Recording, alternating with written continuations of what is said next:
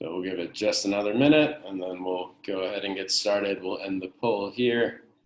So yeah, looks like most people saw the sandwich boards that were out along the corridor on 57th and Garrison and Grandview. A few people via Speak Up and then some on Nextdoor and social media. And we'll launch this poll quickly about have you had a chance to review the design options already? If so, great. If not, we're going to go through them in some more detail. Hopefully we can answer any questions that people have, help better inform everybody, and then we'll continue on with our process tonight.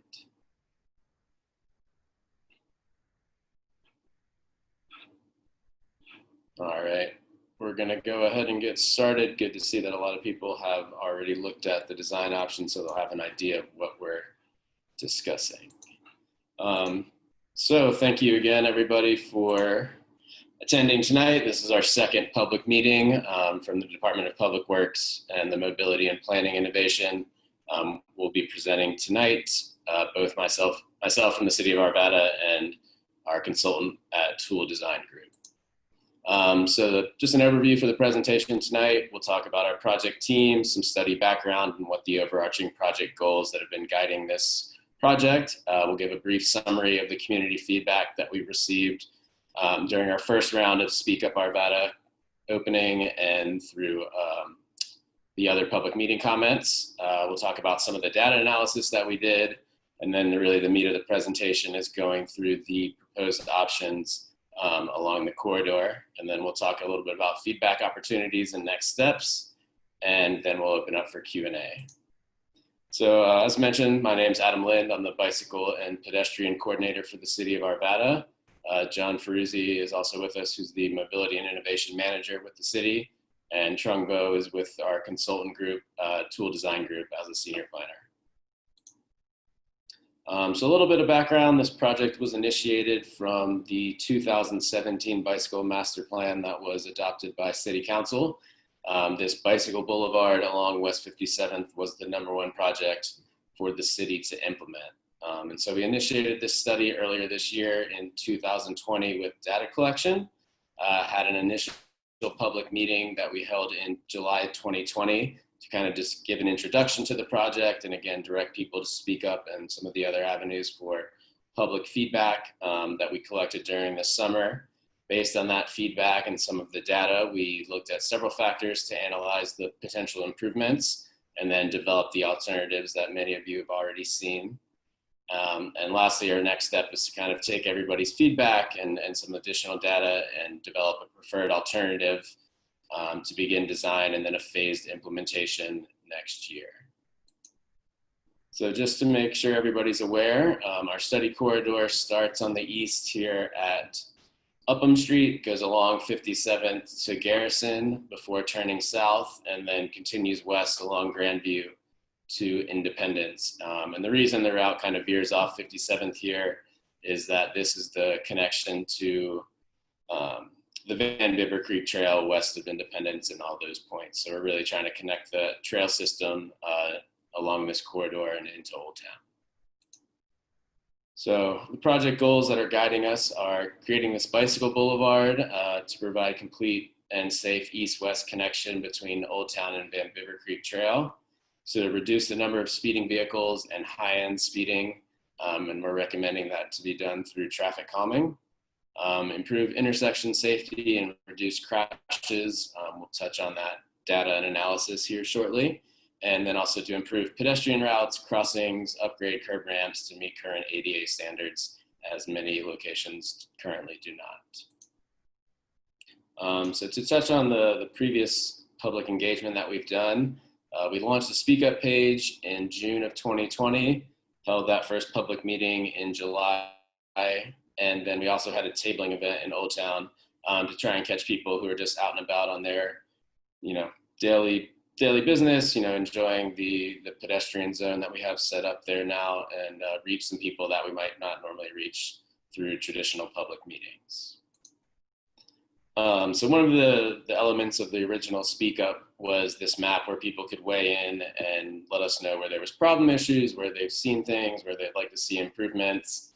And so some of the issues that we heard were people rolling through stop signs at Balsam and almost getting near misses for car and pedestrian crashes. We heard about speeding on 57th, the existing narrow sidewalks, the issue of parked cars blocking sight distance at Yukon and many other intersections along the corridor, as well as the bike lanes that exist west of Balsam don't exist east of Balsam and create some safety and comfort issues. Another option was we had this section to give ideas about how to improve these things. So some of the main ones we heard were widen sidewalks, implement four-way stop or traffic circle at Yukon, continue those bike lanes east of Balsam Street, implement traffic calming, implement separated bike lanes, and then related but outside this corridor is to improve the signal timing on Ralston Road, which is something that will be done over the long term. I'm sure everybody's aware of the current construction going on a portion of Ralston, and then we have a project under design on the western portion of Ralston, and once those construction projects are complete, the signal timing for that corridor will be reset to optimize through traffic. And now I will turn it over to Trung as he gets into some data analysis about speed, crashes, and parking. All right, so before we dive into the proposed options, we want to spend a couple minutes to talk about our data analysis, the data collection process, and what we learned from that data. So if you were with us during our first community meeting, we talked a little bit about the existing traffic volumes and speeds. Of course, we know that COVID-19 and the pandemic has had a really significant impact on the traffic volumes on West 57th. And so we've seen about a 40 to 60% reduction of daily traffic volumes on West 57th Avenue. The speeds are still generally about the same though. And so we found that in general, there are still quite a few people that were driving over the speed limit and somewhat significantly over the speed limit. And so this project is seeking to try to limit the number of people speeding. So on the next slide, since the last time we were able to chat with you via this channel, we dug a little bit deeper into the crash history along West 57th as well as Grandview Avenue. And so from 2015 to 2019, that 5-year period, we saw about 70 crashes. Many of those crashes happened at intersections, and many of those crashes, about a third of them, in fact, were right angle crashes. We also saw quite a few crashes into parked vehicles. And then perhaps maybe some of the most concerning crashes are the ones that involved people walking or people bicycling, which we'll dive into on the next slide here. And so in that 5-year period, we saw 3 crashes involving pedestrians. There was one at Grandview Avenue at Independence Street. A pedestrian was walking on the north sidewalk and a driver in a car struck that pedestrian on the sidewalk. We also saw a crash with a child pedestrian at Balsam Street and West 57th Avenue. We're looking at potential options at the intersection to make the intersection a lot safer, right? There's the access to the school, but there's also maybe some lack of clarity around who has the right of way at that intersection. And then finally, for the third pedestrian crash, there was one at Webster Street where a driver was making a left turn and struck a pedestrian in the crossing. And then there were 2 crashes involving bicyclists, one at Grandview Avenue and Independence Street. There was a left hook. A bicyclist was traveling, they were crossing Independence Street while a driver was trying to make a left turn onto Independence, and they struck the bicyclist. And then the other crash was at the eastern end of the corridor between Webster and Upham. A driver was backing out of a driveway and backed into a bicyclist in the street. So looking a little bit further, we really want the design to address the safety issues along the corridor. And the 3 intersections that saw the most crashes in the 5-year period were West 57th Avenue at Yukon Street. There were 11 crashes there. And primarily those crashes were right angle crashes. And so if you know the intersection today, you know that it's stop control for Yukon Street, but it's free flow on West 57th Avenue. And what's happening where we're surmising is that drivers are having issues making turns onto West 57th Avenue and being struck by drivers on 57th Avenue. The second intersection that's seen the most crashes is at Balsam Street. So I mentioned that one crash with a child pedestrian in the crossing. There were 5 right angle crashes, and then 3 crashes with that existing concrete island out there today. And then the third intersection with the most crashes is Grandview Avenue at Independence Street. And so the interesting thing about this one is that there's a variety of crash types that we're seeing at this intersection. But one of our primary goals is to connect to the Van River Creek Trail. And so the design is proposing an enhanced crossing for people that are walking or biking across Independence Street to get to the trail. On the next slide, I want to point out that we're really cognizant of the sensitivity around on-street parking. And so we wanted to collect some data. And so a couple of weeks ago, we were able to collect parking occupancy data at along the entire corridor, block by block, on the north side and the south side at 7 different times. We know that parking utilization has certainly changed because of the pandemic. There are potentially more people working at home, of course. And so we wanted to just understand the impact of parking if that were something that we wanted to proceed with. And so while we collected parking data along the entire corridor block by block and at those 7 different times, I did want to just draw attention to the 2 times that we saw the most parking, Tuesday at 11 a.m. and then Saturday at 7 p.m. We also estimated the number of available parking spaces just to understand what is the parking utilization out there today. So you can kind of see that the section along Grandview Avenue, for example, there isn't that much parking utilization based on our data along the corridor. Same with west of 57th Avenue between Garrison and Balsam. As we go eastward, though, there's a greater mix of uses. There's much more commercial and retail to the east, of course, and so we're seeing a lot more parking utilization to the east compared to the west. So at this point, I'll go ahead and turn it back to Adam. Thanks, John.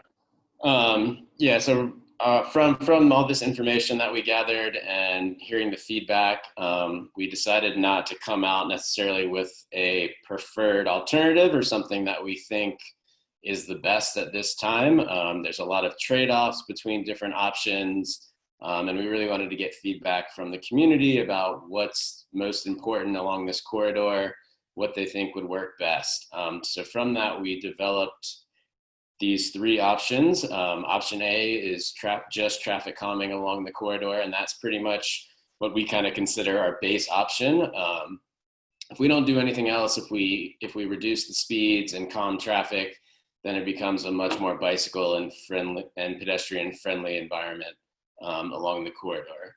But then we did want to present some kind of additional options if there's some trade-offs to be made between parking and potential existing right-of-way and kind of long-term solutions. So option B is what we're calling traffic calming plus a bicycle focus. And option C is what we're calling traffic calming and a pedestrian focus. So there's some similarities between all of these and there's some differences. And I will pass it back, or excuse me, I'll get started just going through some overview of what traffic calming is and kind of how our board and our map lays out. Try and do this as clearly as we can, but it is a lot of information.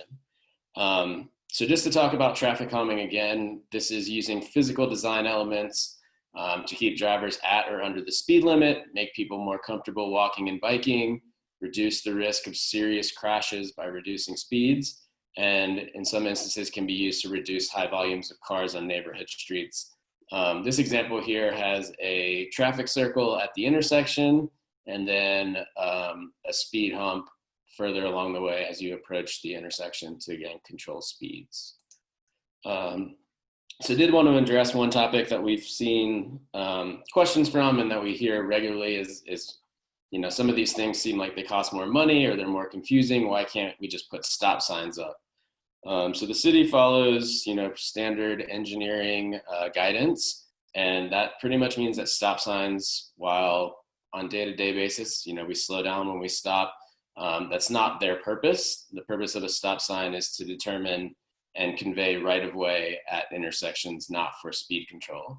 Some research shows that if stop signs are put where they don't meet these warrants, they can actually increase speeding in between stop signs, and can also contribute to crashes because people don't expect them, they blow through them, they roll through them. So we really want to make sure that we're following what's called the Manual on Uniform Traffic Control, or the MUTCD, that's used by all traffic engineers and mandates that stop signs shall not be used for speed control. And there's very specific criteria to determine when and where stop signs go in. So that's kind of an overarching reason why we're looking towards traffic calming and not just trying to put stop signs up and down the corridor to control speed. So many of you have probably seen this. This is kind of our main board here.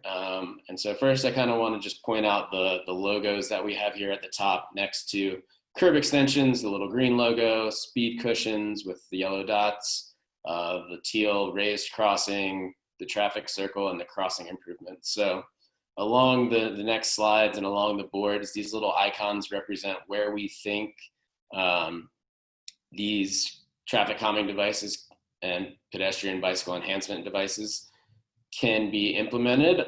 Some of them can be put in pretty quickly without much design and construction. Other ones will need, further design and feedback and guidance as we get into the construction phases. So there's kind of a different level of effort and impact. Some of them are more geared towards pedestrian safety, like curb extensions, which also help to shorten pedestrian crossing distances and slow down turning vehicles, but they're not really intended to slow down speeds going along the corridor. Whereas speed cushions or raised crossings definitely have that effect and are intended to directly slow down speeds along 57th and Grandview. The reason we went with speed cushions versus speed humps is that there is a fire station along 57th. And so these would be designed at the wheel width of a fire truck, which is wider than most personal vehicles. So in case of an emergency, a fire truck wouldn't slow down, but the rest of us using this on a day-to-day basis wouldn't be able to completely avoid those speed cushions. Traffic circles have multiple benefits of both of slowing down speeds and also of reducing crashes. So we're definitely interested in the possibility of installing those where appropriate. And then there's a variety of crossing improvements that can help, from pedestrian refuge islands to green bike boxes, crosswalks, RRFBs, which are the flashing lights that you've seen at some intersections in the city, like at Grandview and Independence. So, we're open to feedback on individual spot locations, or just in general, if you don't think some of these work, we're open to kind of all of that feedback at this time. And with that, I will turn it back over to Trung to kind of go through the details corridor by corridor here.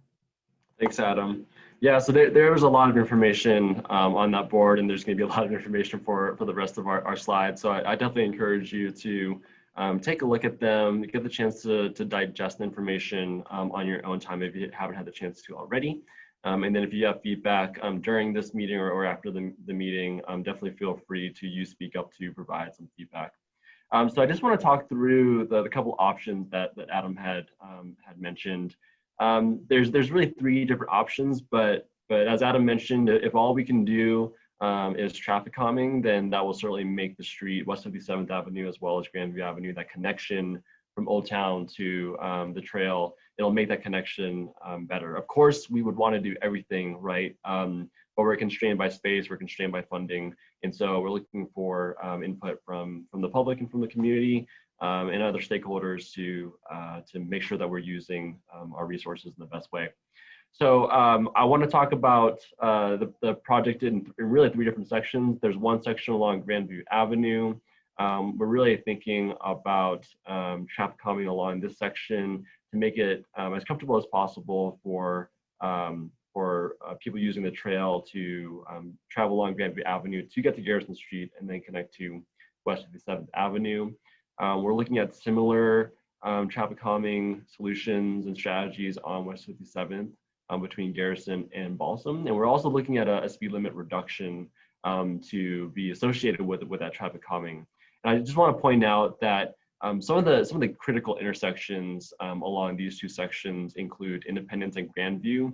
Independence is a fairly high-speed, high-volume street, and so we want to make sure that that everyone can feel safe crossing Independence Street, whether you're a family and you've got young children on bikes or walking, or you're an older adult. We want to make it as safe as possible so that that it feels comfortable, convenient, and safe to get to the trail. And then I also want to draw attention to the frontage along the school and the park, and especially the intersection of Balsam and West 57th Avenue. So we mentioned earlier that we've seen a lot of crashes at the intersection. We know that there are potential issues with that concrete island and the way that the crossing is kind of broken up. And we want to really explore what crossing improvements might look like, or there's a potential for a neighborhood traffic circle, just to basically eliminate right angle crashes. That's really the biggest benefit of neighborhood traffic circles. So on the next slide, we'll just mention what we're preliminarily thinking about for improvements on West 57th Avenue from Balsam Street to Upham Street. So there's a section of that that is already fairly well built out, especially between Yukon and Upham, the eastern section. But one of the things that we want to encourage is safe passing of bicyclists. And so right now, and under this option, there wouldn't be dedicated bike facilities. We'd really just be looking at a shared environment. We would maintain on-street parking in a traveling in each direction. But one way to make it safer for people driving and people who are bicycling is to dash the center line to communicate that a driver, if they feel comfortable and there's no one coming in the opposite direction, they can pass. They can enter the opposing travel lane to pass the bicyclist. And I just want to draw attention to Yarrow and Yukon, and so we're kind of considering sort of this this communication through design of, hey, this street is different. You know, you as a driver, you should expect to see people crossing and walking and bicycling, and it also would communicate to bicyclists and pedestrians that they're invited there, they're welcome there. And so neighborhood traffic circles are an opportunity to sort of communicate, hey, there's a different, something going on with the street that's a little bit different than maybe some other streets in the city. So then moving on to the next couple slides, we just wanted to show what the street looks like today. And then we're going to pull up a couple of illustrative cross sections to communicate what could be in the future. And again, we want your input on this. And so kind of right now, you can kind of see that there is a traveling in each direction and some on-street parking.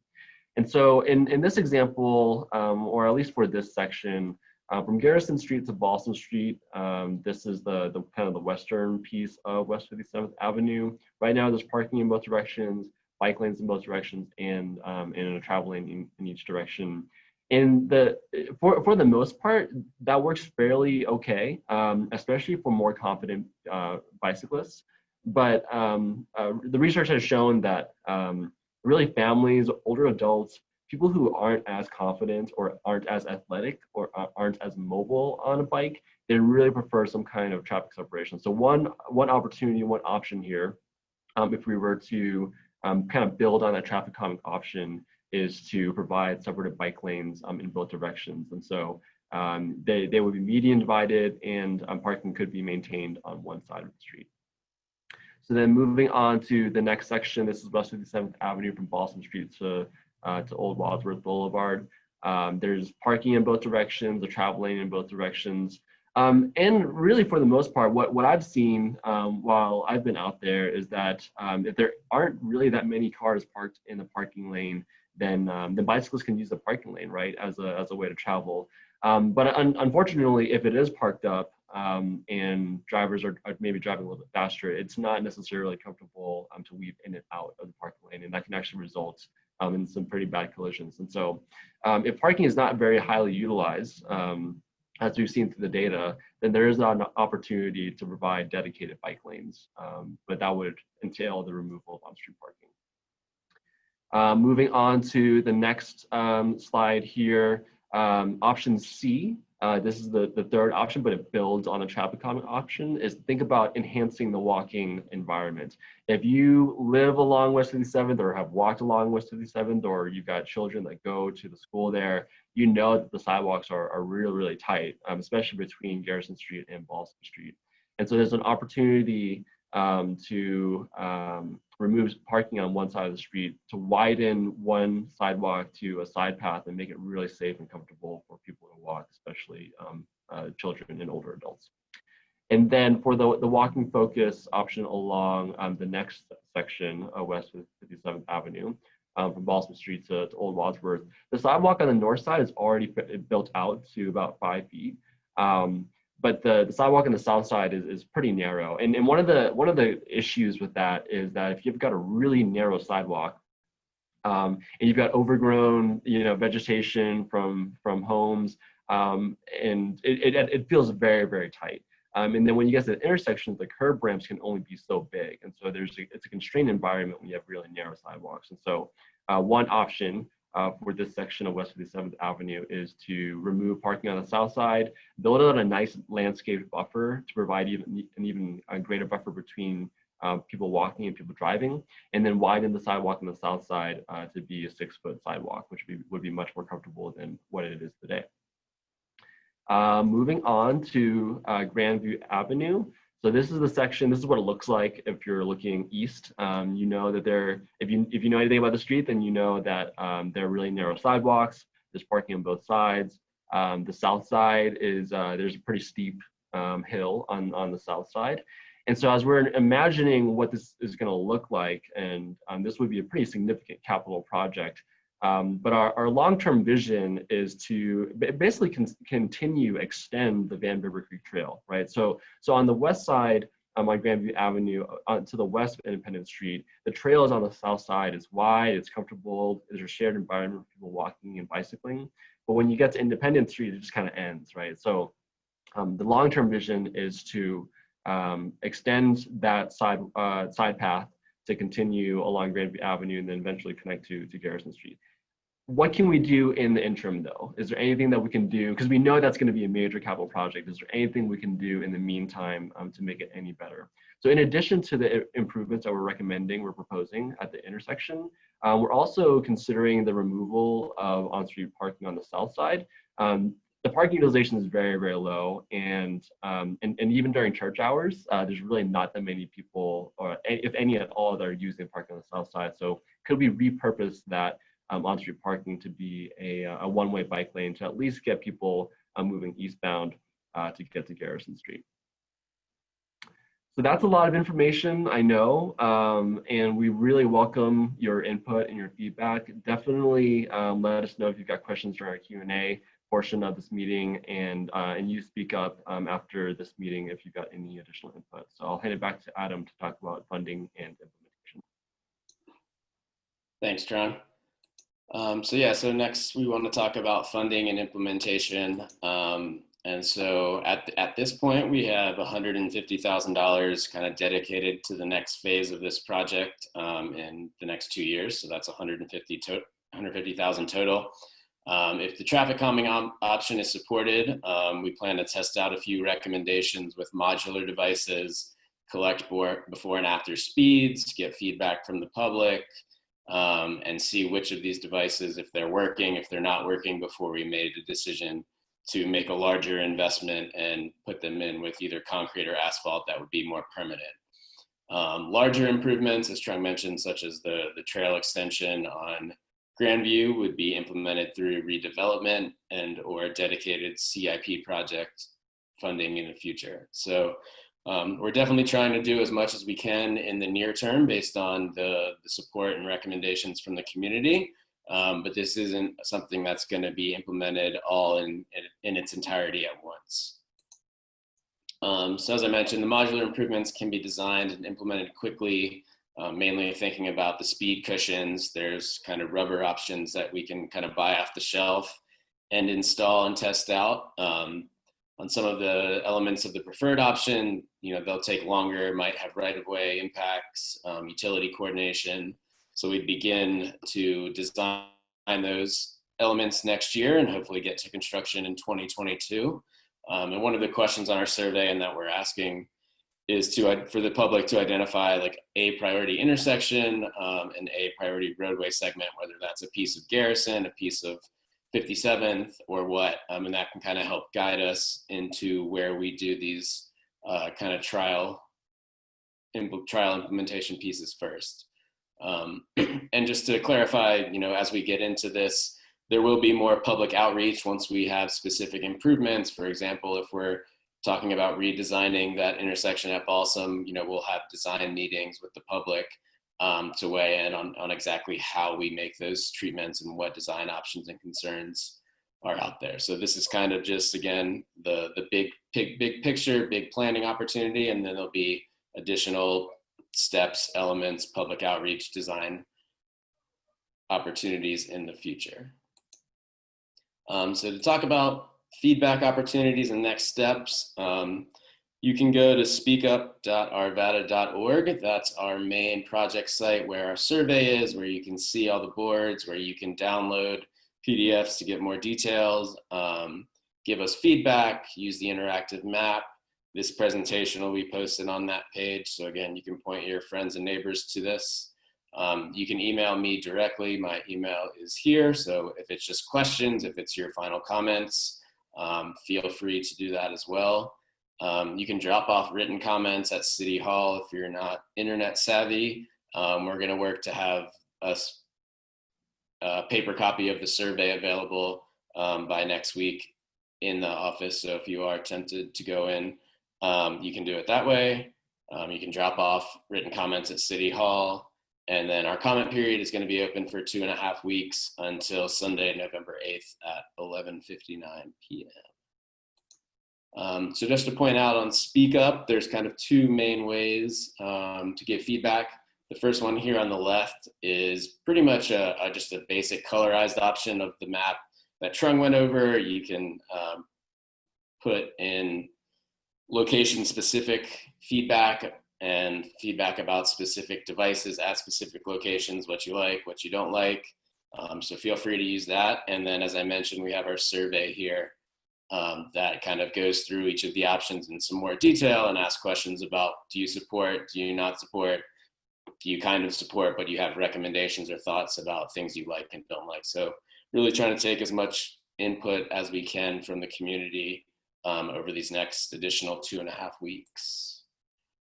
So with that, I will stop the screen sharing and we can open up the Q&A session. I think Rachel is going to help to moderate that.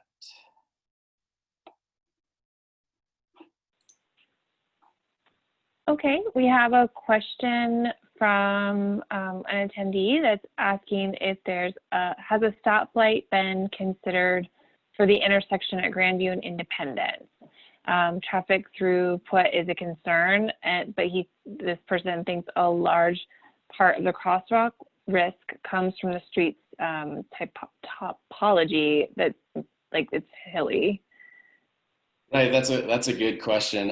We haven't looked into that as part of this study. It's something we can evaluate if it hasn't been before, likely due to warrants and things associated with engineering for installing a traffic light. It's likely that it doesn't meet those warrants yet, but it's something I'll check with some of our traffic engineering department. And if you contact me directly, I can give you an answer directly, but it's likely that it doesn't meet those warrants yet.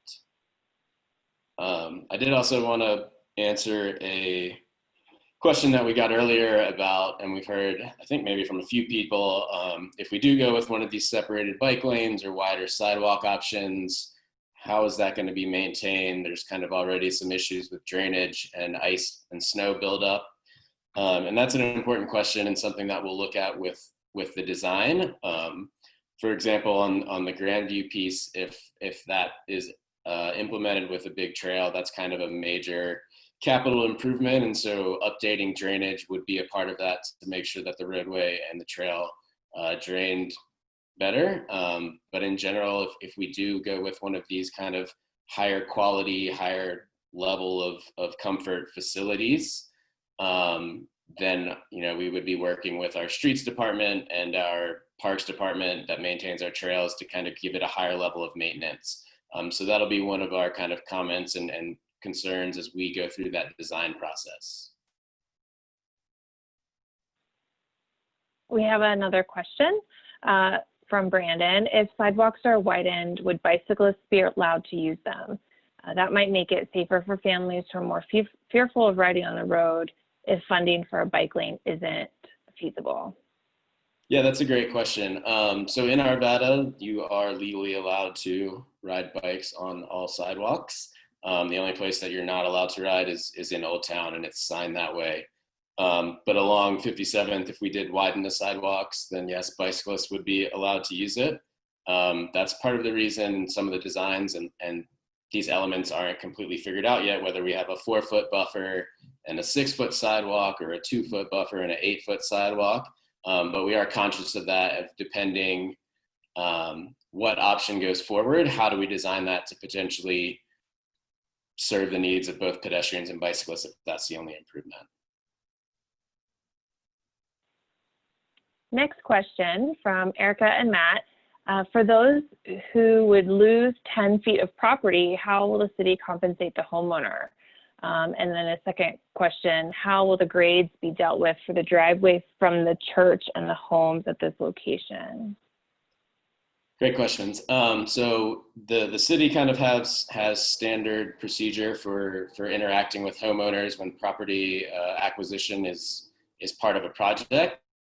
So that goes through kind of an assessor and a negotiation process that really depends on the ultimate design and whether it's a easement or simple fee property purchase or temporary easement. So there's a lot of details that depend on the ultimate design. In terms of the grades and the slopes, I think at this point we haven't really designed to that level of detail yet. But the best kind of thing to say is the cross section that we've shown is kind of like an optimum and ideal. And so if there's a location where there's a steep driveway and we can't make that work, then kind of narrowing that buffer, we really want to keep the trail at a minimum of 8 feet in width for two-way traffic, but maybe we would pull the sidewalk in all the way against the curb and then we would minimize those property impacts. So there's different design treatments, whether it's retaining walls, regrading of driveways, or kind of changing the design to avoid the major property impacts. So whenever we get to that point, if we get there with that section, then we'd get into those specific questions and interactions with property owners.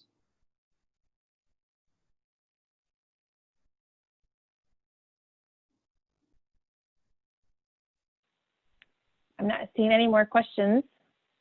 Okay, I see there's a few chat things also in case anybody's put questions there. I have one more question from Troy. What has been the results of traffic enforcement efforts? Is there any data that would point to doing nothing, just enforce current speeds? Thanks, Troy. So unfortunately, throughout the city, speeding is kind of, and throughout, the region is kind of what we see on typical streets if the design isn't really made to make people feel like driving slow is the only option. We've done enforcement with the police at different locations. Sometimes when we send PD out there, people see them and they slow down, and so they don't get the same speeds that we get when we do our traffic studies and put out just tubes along the street. Other times when traffic enforcement is successful, they ticket a few people, maybe for a few weeks it calms down, but then as soon as people get used to police not being there again, the speeds tend to tick back up. So as ideally as it would be, PD and traffic doesn't really have the resources to put police out everywhere that people are requesting, and then when they're not there, the speeds tend to go up, and so that's why we're trying to focus on changing the design of the road and the feel of the road so that people feel comfortable at the speed limit or less.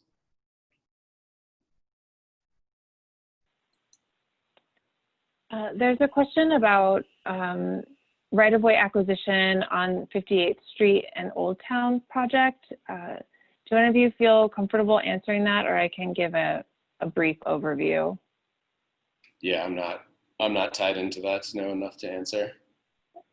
Okay, I can just really briefly, the city follows all applicable rules and regulations. Anytime there's a need to acquire right-of-way and it's regulated and property owners are compensated for their property. And if you have more questions about that, if you want to dig into specifics, feel free to email me and I can connect you with the project manager on that project and they can talk in more detail about it.